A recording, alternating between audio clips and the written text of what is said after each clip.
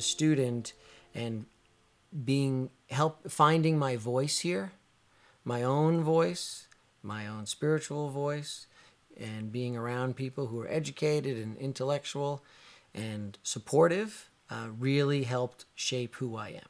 This is, I am who I am because of my experience at Mount Irenaeus. No doubt about it.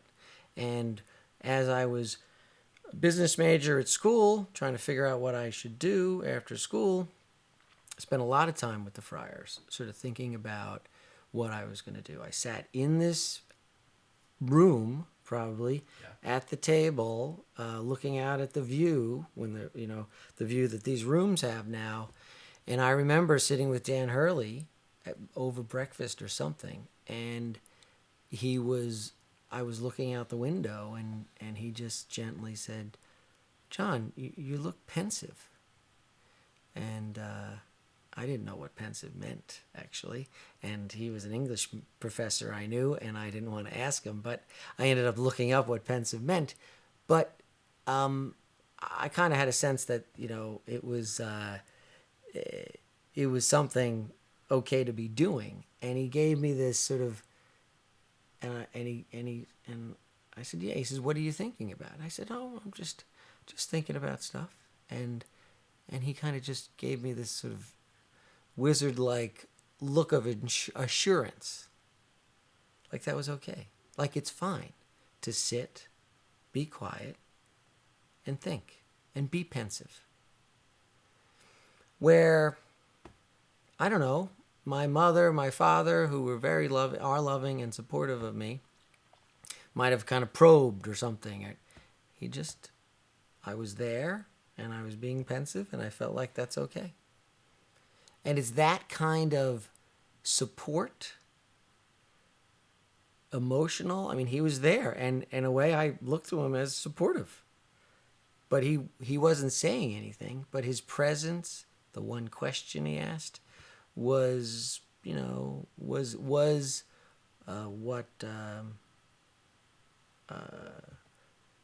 is important and is an image of this place.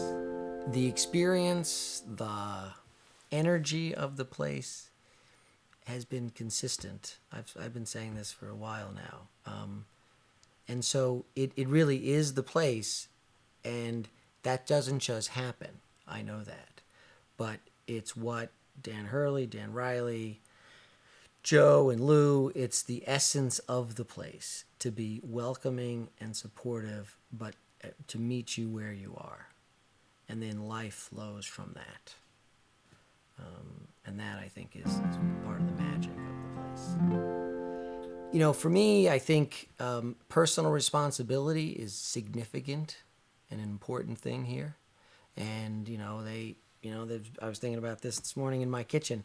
In the Palace of Peace, they have a big sign that says, "World hunger ends here. Don't waste food," or something like that. Doctors Without Borders, I think. And so it's about personal responsibility. Lou McCormick talks about it all the time. You can come here and have a great meal and have fun, but it's about service. We're called to service. There's servant leadership here. And so, and we are called to hold up Jesus as a model of life. Why it is important is because it transforms lives. I mean, it dramatically transforms and forms people to be leaders of the church, to be leaders of the world. It fortifies their spiritualness and helps them learn and find their voices in a spiritual, contemplative manner. And so it is critical. I've seen so many people transformed here. I've seen so many people grow here into leaders of the church and their neighborhoods and their companies. A guy who didn't come to St. Bonaventure but has experienced the place says, experienced Mount Irenaeus and St. Bonaventure. He says, people from St. Bonaventure and who have experienced the mountain, you have a compass. You know where you're going. He says, I've touched 10, 15, 30 people. You all know you're rooted. You know where you're going. And it doesn't matter what the direction is, but you have a compass. And I think Bonaventure provided that for me, and the mountain provided that for me. And so for Bonaventure, this is a gem of a place for people to, just extend out the humanistic Franciscan charism. And it's just one other avenue for people to do that. And I'm gratified that many students, when I talk to them, they have heard of Mount Irenaeus and have come. I forget what the numbers were, but when I was on the board, but it was a good number, a third of the school or something had sort of experienced this place. And so what it needs is it needs all of us. It needs our commitment. It needs our money. It needs our time, treasure, and talent.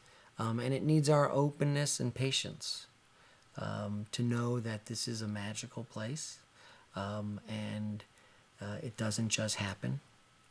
And it needs people of commitment, which it's had for 30 years.